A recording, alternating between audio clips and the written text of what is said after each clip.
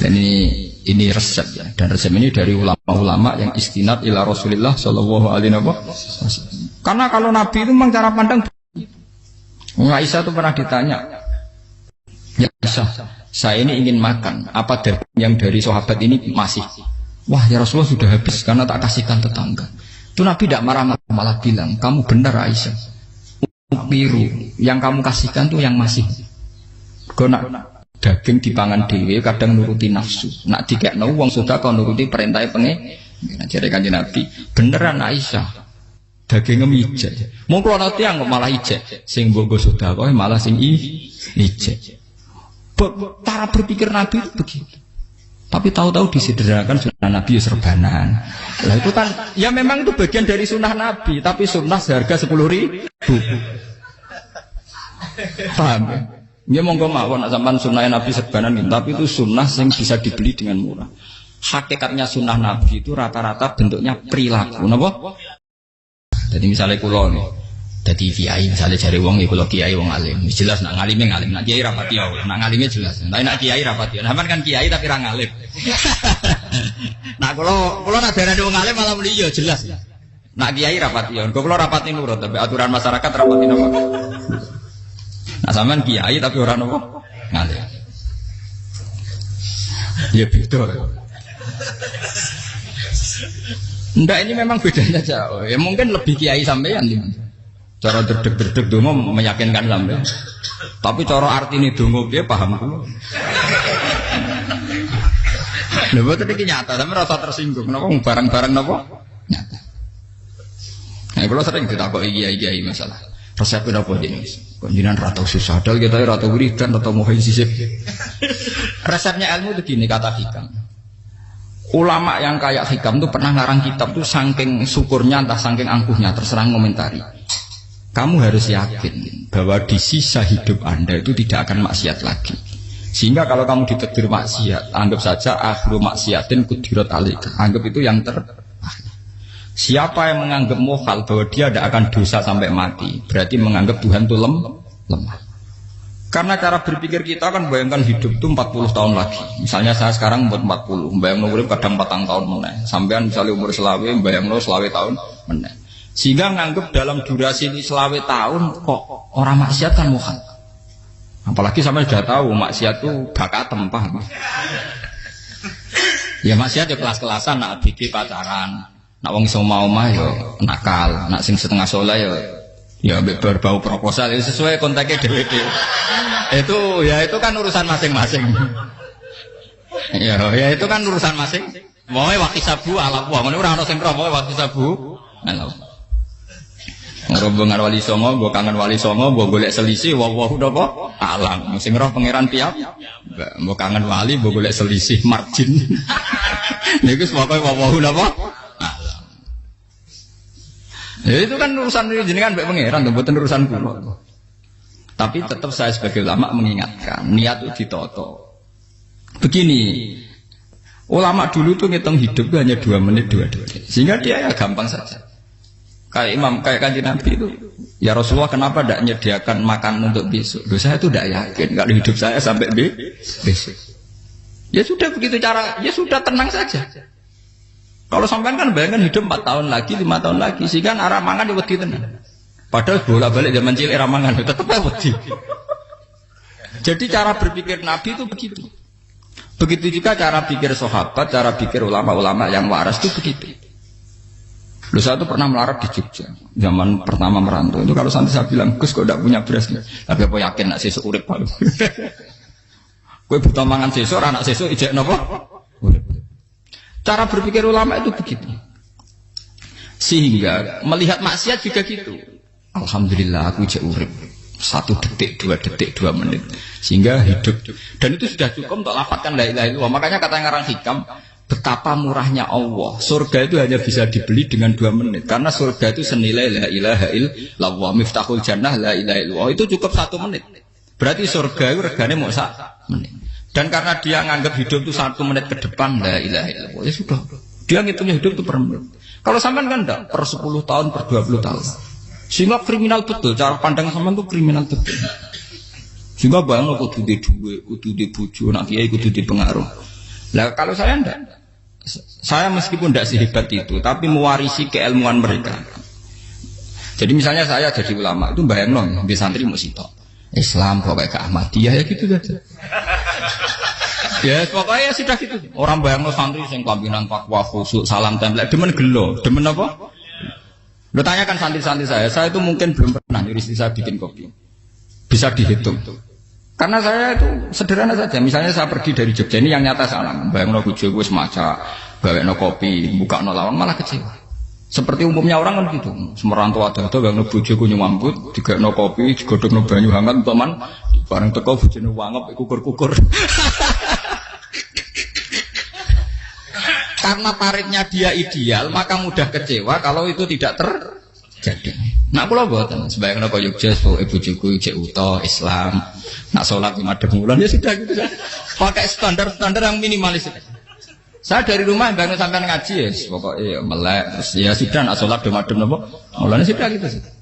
Andai kan saya pakai standar maksimal, maka akan mudah kecewa. Rasulullah juga begitu. Rasulullah itu ngadepi Sayyidah Aisyah itu ya begitu, ngadepi Hasan Husain. Sehingga tidak ada cerita Nabi mudah kecewa betul. Karena Nabi bayangkan anak istrinya itu ya minimalis sekali, urusan dunia loh maksudnya minimalis sekali. Misalnya Nabi pagi-pagi tanya, ya Aisyah apa ada sarapan? Tidak ya Rasulullah, ya idzan asumu kan itu saya puasa.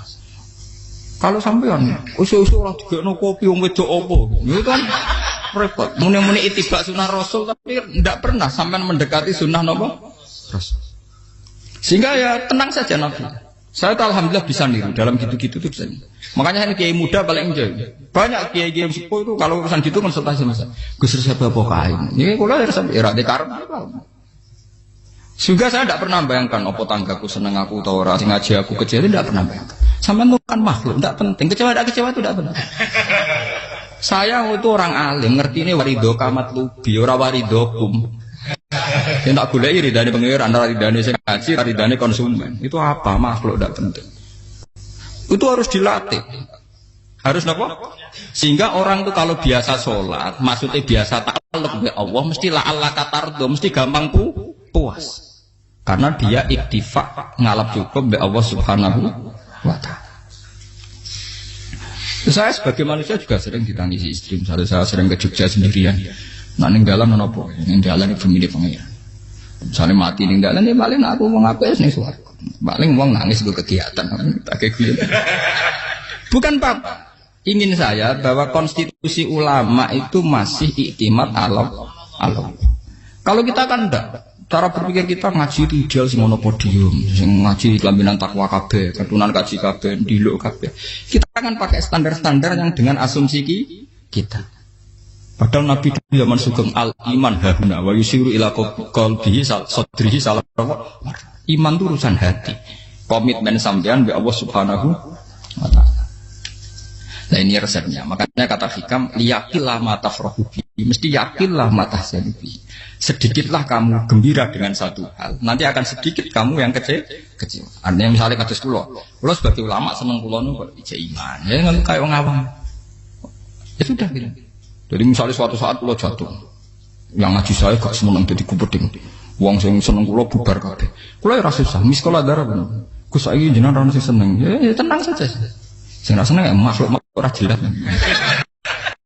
Dan status mereka tetap layaduru walayan. Ini harus dilatih. Sehingga Nabi itu ya meskipun beliau itu perang, sahabatnya meninggal, ya tenang saja. Nabi cara berpikir yang meninggal mereka mati syahid, yang masih hidup dianggap berpotensi melakukan kebaikan. Sama tak warai resep-resep dari Rasulullah SAW. Saya ini sebetulnya memaksa, menjelaskan ini maksa, karena saya inginnya jadi ulama yang kayak umumnya orang. Tidak ideal amat. Tapi kan saya ditakdir ilmunya itu ideal. Jadi terpaksa saya jelaskan. Tapi kalau perilaku saya tidak akan ideal. Soalnya ngawur. Saatnya mari Ghafuri pengiran nganggung bolak-balik cerita. Ada seorang wali, karena dia wali itu doa di multazam, ya Allah saya ini minta satu hal. Karena dia wali maka tidak minta uang, tidak minta jabatan. Minta engkau takdir saya tidak pernah maksiat. Itu kan bagus sekali. Minta doa ditakdir tidak maksiat kan ada. Dari pengiran malah jawab. Fa'ena ada ukufran. Karena tahu maksiat malah sifat ghafurku tak ada kok endi. Gamane pangeran kan sifat ghafurku rak nganggur. Makanya tidak ada orang selain Nabi kecuali ditakdir tahu maksiat. Dan sifat ghafure pangeran efektif. Paham apa? Lah nek sampean kan ghafure kok nggo kabeh. Dadi karek sajidul iqab. Karena maksiat sampean sering. Jadi sifat ghafure wis berlaku aktif. Saya karek nunggu sifat sajidul iqab. Paham ya? Itu beda dengan wali-wali. Sifat sajidul iqab mau aktif, mereka tidak punya malah pangeran bingung gak kok sifat ghafure. Apa ada kok ghafur atau dosa. Didakoki sajidul iqab gak tahu maksiat. Jadi pangeran malah sing bingung. Nak kowe ora tau maksiat ghafur kok tak dakoki. Kok ora tau maksiat, wong iku ora tau apa? Didakoki sajidul iqab gak mungkin atau maksiat. Lah pangeran apa dakok ghafur kan syaratnya dosa sik. Sampeyan kan walian. Ghafure wis dientekno. Keseringan kepake, paham ya? Karek nopo? Karek sajidul iqab. Ya itu memang standar Tuhan. Semua Quran itu kalau nyeritakan gitu. Nabi ibadi anni anal ghafurur rahim. Kaulaku ceritani aku ghafurur rahim, tapi yo ceritani wa anna adabi wal adabul alim. Jadi Nabi ibadi anni anal ghafurur rahim wa anna adabi wal adabul alim. Kalau Nabi Ibrahim, Nabi Muhammad, inna rabbaka lasari'ul iqab. Pangeran cepat nyiksane, tapi wa innahu laghafurur. Jadi dua sifat ini pasti aktif. Dan tentu ulama itu senang sifat ghafur itu ya meskipun aktif, tapi mereka tidak pernah ngambil fasilitas sifat apa? Kula baleni malih. Sehingga kayak Sayyidina Umar radhiyallahu anhu ketika beliau pertama jadi khalifah, ini cerita di kitab Hayati Sahabat. Pertama dia jadi khalifah, orang mengira dia akan ngomong hal-hal yang besar, visi besar tentang negara, visi besar tentang izzatil Islam wal muslim.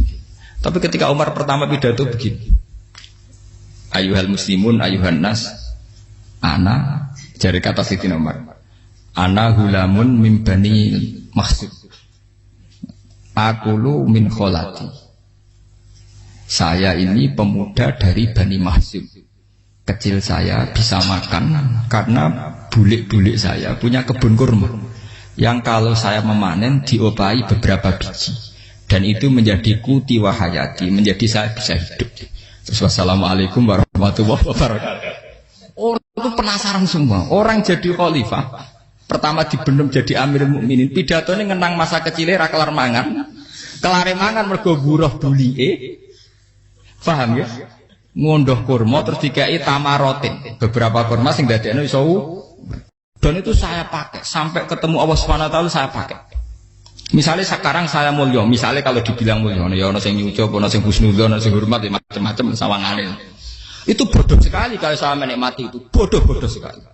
Paling banter nikmati dicucup dihormati itu apa? Tapi kalau nikmatnya bisa makan saat itu tuh nyawa. SBY jadi presiden prestasi, Gus Dur jadi presiden prestasi, tapi umpama presiden tetap mangan. Prestasi tertinggi adalah bisa makan selisat dirumki gojogonyo. Makanya Umar mengingatkan, sebetulnya nikmat tertinggi saya itu tidak saat saya jadi khalifah, saat itu kok aku iso mangan, cara gak aku mati. Paham ya? Jadi itu luar biasa. Kita ini kan menjadi angkuh karena ngitung nikmat itu yang besar-besar, punya prestasi, punya. Kalau saya enggak ngitung nikmat itu kelar mangan gak mati, kan gampang. Sehingga saya tidak mudah kecewa karena tarifnya minimalis, gak gampang apa? Jadi misalnya kalau kapan-kapan kok berhubung, Gus ini ke Tuhan rasanya jangan ngeten-ngeten. Oh makhluk itu ya gak apa-apa. Kalau disetatuskan kiai kan seakan-akan ngomongnya sakral, seakan-akan mandi. Tapi nak tak status, oh makhluk itu ngomong ya sudah kan. Menjadi kan sudah distatuskan sebagai apa? Makhluk. Tentu makhluk statusnya la yadurru wala yang. Di sini ini penting. Orang-orang ahli tauhid tentu tidak punya kesusahan. Innal ladzina qalu rabbuna wa tsummas taqamu. Itu mesti tidak ada kesusahan sama sekali. Misalnya ulama-ulama dulu mau mati, ya tenang saja. Mati kedua itu mati paling menantang ya, menyenangkan sekali. Karena mati yang seru itu mati zaman Al-Adam. Misalnya saya kelahiran tahun 70. Tahun 40-50 kan belum ada saya. Itu mati yang sejati karena Al-Adam. Kenapa? Al-Adam tidak ada. Mati yang nanti itu mati yang petualangan karena saya mati setelah menyaksikan kekuasaan Allah, setelah husnudzon sama Allah, sehingga mati yang menuruti kerinduan akan ketemu sang kekasih. Makanya Jalaluddin Ar-Rumi ketika mau meninggal dan orang-orang muridnya nangis, dia marah-marah. Hei murid-muridku, betapa bodohnya engkau. Saat kayak ini yang saya tunggu. Saya sudah menyesal berusaha mbek Allah zat sing tak seneng. Aku kecewa waktu makhluk-makhluk koyo kowe. Saiki wis wayahe aku goleki khalik zat sing tak senengi malah mbok tangi. Cek bodhone kowe. Saat-saat sing tenteni malah mbok tantang. Betapa aku lamanya menunggu kematian ini. Mergo hidup itu keterkesanku mbek Allah, kemen ketemu kowe. Mulane Jalaluddin Rumilah yang mengistilahkan mati itu malam pengantin. Makanya fal'an awanu sirok mentum wa awan wisol habibi. Ini saat yang indah karena ketemu dengan berpisah dari makhluk-makhluk yang tidak penting menuju sama habibi kekasihku. Jadi dia misalkan mati itu malam pengantin. Semenjak istilah itu populer sehingga di Jawa ana ngipi dadi nganten takwilane mati. Itu filosofi sufi, ya filosofi napa? Lah niku tenan. Begitu juga sahabat-sahabat dulu. Bilal mau meninggal, anaknya udah nangis. Bilal lagu ya. Ditanya sama anaknya, kenapa anak-anak kamu nangis? Dan jenengan badhe kapundhut. Aku malah seneng nang mati. Hudan nalqal akhibah Muhammadan wa hisbah. Aku nak urip ketemune mbek kowe terus. Malah nak mati ketemu Nabi Muhammad. Hudan nalqal akhibah Muhammadan wa hisbah. Nah, dengan cara pandang begitu maka hidup itu enjoy saja.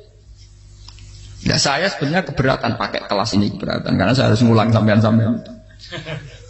Ya makanya potensi kayak saya tentu mengurangi jadwal ketemu. Makanya saya mohon kalau tidak penting itu jangan sungkan. Anggap saja itu bagian dari hormat saya. Ya minimal sampai misalnya di dua saya ketemu gue diajan pentolak enam lah apa mau kesuwan bareng malah repot. Bos ganggu uang anak keleleran pak. Nah misalnya sampai kepen takok hukum, uang nak rapi pinter, hukumnya takokan ya ringan, takok kiai tanggam paling bisa. Karena pertanyaan yang ringan tentu ya ringan-ringan saja kan. Gak perlu kiai kali sampai rasa GR. Kalau pertanyaannya angel Gus gak ada sing iso jawab. Uang nak ralim tahke, ku pertanyaannya ya ora patimu tuh. Iku wis kangelan ngoten. Ini mboten ngenyek tapi padha enak. Padha napa? Makanya kalau latih. Jadi hikam sendiri itu ada manhaj, ada metode. Kalau orang supaya tardo, liyakillah ma tafrahubi, yakillah ma tahzan. Anak saya itu kalau habis main pulang, itu saya senengnya pol. Istri saya pernah cerita. Gus, anak mulai senengnya dek biro-biro, anakku game mulai ning omahku. Misalnya terus piye. Saya terus anakku lo main mulai itu seneng. Biro-biro anakku mulai ning omahku. Dipanggil anak saya bapak itu senengnya sak boleh. Biro-biro ana sing manggil bapak. Jadi saya pakai standar minimalis. Saya tidak pernah pakai tarif. Dia anak yang ideal dihormati orang. Sebenarnya anakku sujud nih pangeran, ngerti pentingnya mau tasbih. Makanya anak saya tak namakan tasbihah semua. Itu ya sudah selesai. Saya tidak pernah bayangkan anak saya jadi kayak besar dihormati juga. Mari gampang kecil. Ya, sekolah kan Sayyidina Umar. Saya pemuda dari Bani Mahzub. Yang kecilnya bisa makan karena buruh bulikku. Akal tuh tamarot. Wah itu saya baca tuh nangis betul. Betapa hebatnya Sayyidina Umar. Mengingatkan ulang bahwa nikmat tertinggi itu ya makan karena makan kaitannya ya, orang jadi bupati, enggak jadi bupati tetap makan. Jadi kalau ngantin saya tarifnya minimalis sekali. Nah, kalau orang sudah makan gitu, lah Allah kata mudah sekali. Tapi kalau sampai tarifnya ideal harus di mobil, kudu sanggulnya agak. Masuk gue mobil gak sanggup agak. Barang gue sanggup agak, kudu gue penderek. Masuk kiri lu juga kok tanpa apa? Penderek. Penderek macur. Masuk orang kena dikeloli, jadi malah repot. Akhirnya gue mau ngayu. Harus selingkuh dari sing itu perkara meneh. Mau ruwet nuruti tahapan-tahapan duniawi makanya resep kalau ingin itu kon sholat. Maksudnya sholat itu dihayati secara tauhid ya. Dihayati secara tauhid. Misalnya inna sholati wa nusuki wa mahyaya wa mamati lillahi rabbil alamin. Itu akan pasti Allah kata pasti mudah melihat alam ini ridho. Ini satu sekelumit di resep orang ulama yang saya meniru beberapa di kitab Hayati Sahabat, di kitab Hikam, dan meniru terutama semuanya sanad dari Rasulullah Shallallahu Alaihi Wasallam. Makanya suatu saat Nabi itu kagum. Abdullah bin Mas'ud itu jalan dan dikawal oleh beberapa malaikat. Terus Nabi itu heran. Ya kenapa itu selalu mengawal kamu? Kata Abdullah bin Mas'ud, ya Rasulullah, inilah akhtu khutwatan illa wa azunnu alla akhtu wa ukhra wa ma akaltu luqmatan illa wa azunnu alla alqamu ukhra. Saya tuh tidak pernah melangkah kecuali saya tidak pernah yakin apa betul saya bisa melangkah lagi. Jadi perlangkahnya itu dia iktimat Allah. Dan saya tidak pernah mengunyah satu kunyahan kecuali saya tidak yakin apa betul saya bisa mengunyah lagi. Setiap kunyahnya tetap semuanya berada Bismillah. Semua itu atas nama pertolongan Allah. Kata Rasulullah. Orang kakak andaikan saya ada nabi terakhir itu jadi nabi. Jadi kemana? Makanya dulu nabi itu sering ngendikan. Andaikan orang-orang kayak gitu itu ada nubuah, tentu mereka punya derajat apa? Nubuah. Jadi tidak jadi nabi tapi punya derajat apa? Nubuah. Lah orang yang cara berpikir gitu tentu tidak khawatir apa yang hilang dari dirinya karena dia berkontrak dengan Tuhan hanya per menit per detik. Jika mempunyai resep al-mu'min yusiru sana Allah ayakuna li nafsi zakiron. Seorang mukmin yang sejati tentu kontaknya dengan Allah Subhanahu wa taala dan dia tidak pernah ingat dirinya sendiri. Kayak sampai napas umat tapiil. Allahu akbar, Allah maha besar, subhanak. Selalu ana wong ngrasani itu masuk lali utange barang itu. Tapi yang jelas kan menjadi enjoy dengan dirinya sendiri. Paham ya? Menjadi enjoy dengan dirinya karena dia tidak sering punya kontrak dengan makhluk. Nah ini maksudnya Allah apa? Janganlah Allah kata kamu pandang. Apa nak sholat terus kabul kaja. Apa nak sholat terus untuk duit ya bar. Karena cara pikir iso aja nak duit ya. Duit ya. Dan ini resep ya. Dan resep ini dari ulama-ulama yang istinad ila Rasulillah Shallallahu Alaihi Wasallam. Karena kalau Nabi itu memang cara pandang. Aisyah itu pernah ditanya. Ya Aisyah, saya ini ingin makan. Apa daging yang dari sahabat ini masih? Wah ya Rasulullah sudah habis karena tak kasihkan tetangga. Itu Nabi tidak marah-marah malah bilang, kamu benar Aisyah. Biru yang kamu kasihkan tuh yang masih. Karena daging dipangan dewe kadang nuruti nafsu. Nak dikekno wong sudah kau nuruti perintah pengen. Jadi kanjeng Nabi beneran Aisyah. Dagingnya ijek. Mau keluar nanti yang malah ijek. Sing bogo sudah kau malah sing ijek. Cara berpikir Nabi itu begitu. Tapi tahu-tahu disederhanakan sunnah Nabi serbanan. Lah itu kan, ya memang itu bagian dari sunnah Nabi. Tapi sunnah seharga 10.000. Paham ya? Ya monggo mawon sampean sunnah Nabi serbanan. Tapi itu sunnah yang bisa dibeli dengan murah. Hakikatnya sunnah Nabi itu rata-rata bentuknya perilaku. Napa? Sampeyan delok dawuh Aisyah tengene tiba berjanji. Kana khuluquhul Qur'an wa shimatuhul ghufran yansahu lil insan wa yafsahu fil ihsan wa ya'fu 'anil dzambi idza kana fi haqqihi wa sabab. Kana khuluquhul Qur'an, nabi ku akhlak dasare wis kaya Quran tok. Urusane akhlak. Wa shimatuhul ghufran, ciri utama sifatnya nabi gampang nyepuro. Yansahu lil insan. Dan nabi punya niat baik pada seluruh manusia. Wa yafsahu fil ihsan, sering melakukan ihsan. Lah nek sunah Nabi ngoten kan luwih sering kula Quran ya wis hafal mulang. Wasimatu kufran kula gampang nyebut sampean ngaji angop ora tau tamu. Yang sahulil insan kula bedina nate tiyang mulang. Wa yafsahu fil ihsan tak ge gampang. Kula mulang ora tau. Itu sakmene kudu podium kudu wong dilo ya ora. Pokoke akhir kiamat dia ya madhep mulon ya sudah. Loh itu kan dawuh Aisyah ketika ditanya kaifa kana khuluqu Rasulillah. Dan itu semua dijawab oleh ahwal, oleh sebuah perilaku. Tidak ada Aisyah jawab nganggo atribut. Oh Nabi itu jubahan, serbanan, tidak ada itu. Memang itu sunnah ya, satu itu sunnah kan jangan salah paham ya. Tapi itu sunnah yang tidak dijawab oleh Aisyah.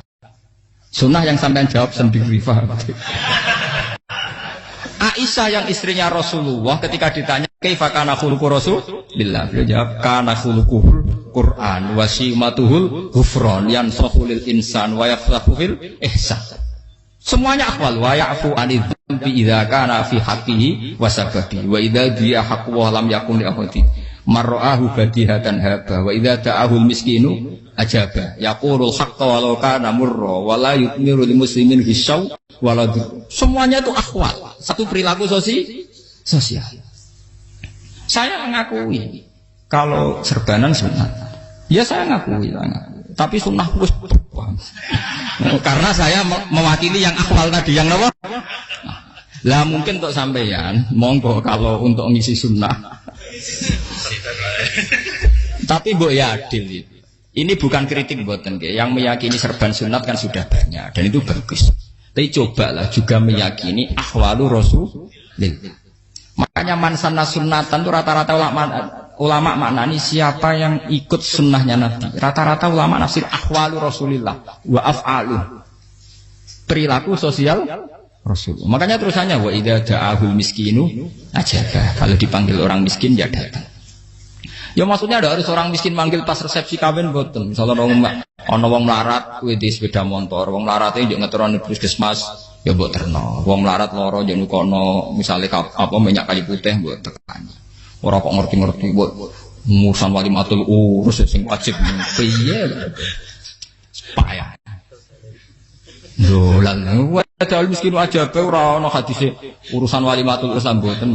Kalau orang miskin manggil ya. Dalam riwayat hadis ya Nabi sering dipanggil orang miskin. Ya Rasulullah, mbok datang ke rumahku, ada apa? Terus ya Nabi, saya itu ingin rumahku sing elek jenengan nate salat teng mriku. Ya Nabi datang ya salat aja ya ora jaman. Fi ayyi makanin aradta an usolliya fi. Kamu di tempat mana kamu seneng salat teng mriki ya Rasulullah. Ya Nabi salat. Sing ngundang ya waras pisan. Kenangan mek Nabi kok mae dienggo salat Nabi. Ampeyan tahu tanggung kiai kon salat. Kon promosekno anakmu iku paham. Kiai dongakno ke kersane ketampi PNS. Padahal kiai ini dhewe anak era PNS. Kalau dulu kan sahabat ngundang Nabi itu ya gitu. Ya Rasulullah, saya itu ingin sekali engkau sholat di rumahku. Fatakhidahu musollan. Kemudian tempat yang pernah engkau sholati mau tak pakai musola pribadi. Makanya masjid kiblat itu rumahnya sahabat. Karena dulu Nabi pernah sholat di satu tempat. Adalah ono perintah tahlilul kiblat itu di rumahnya sahabat. Sahabat dulu itu kalau ngaturi Nabi itu kenanya ingin Nabi pernah sholat di situ. Nah, ilmu ngeten ini muntah. Ya untungnya ten kula, dadi ono sing eling-eling ya, Bang. Nah, sampean kudu syukur ya. Artinya syukur ya. Orang kayak saya itu tidak usah sampean dikte-dikte ngikuti hukum adat. Kalau ngoten sampean gelo mergo kula ora iso teko, kula ya gelo perkarane ulama kok mbok atur. Makanya saya sering guyon cerita, saya itu kalau di pasar Pandangan dulu itu anyaran boyong sering di pasar, ditanya sama Gus wong alim kok di pasar, piye? Aneh tuh, ya aneh kuwi. Aneh piye? Bodohnya wong alim. Kadang masyarakat itu tidak sadar keanehan dirinya sendiri. Mereka enak saja merasa kalau orang alim ke pasar itu aneh. Mereka tidak sadar orang bodohnya wong alim ya aneh. Enak saja mereka mikir sepi.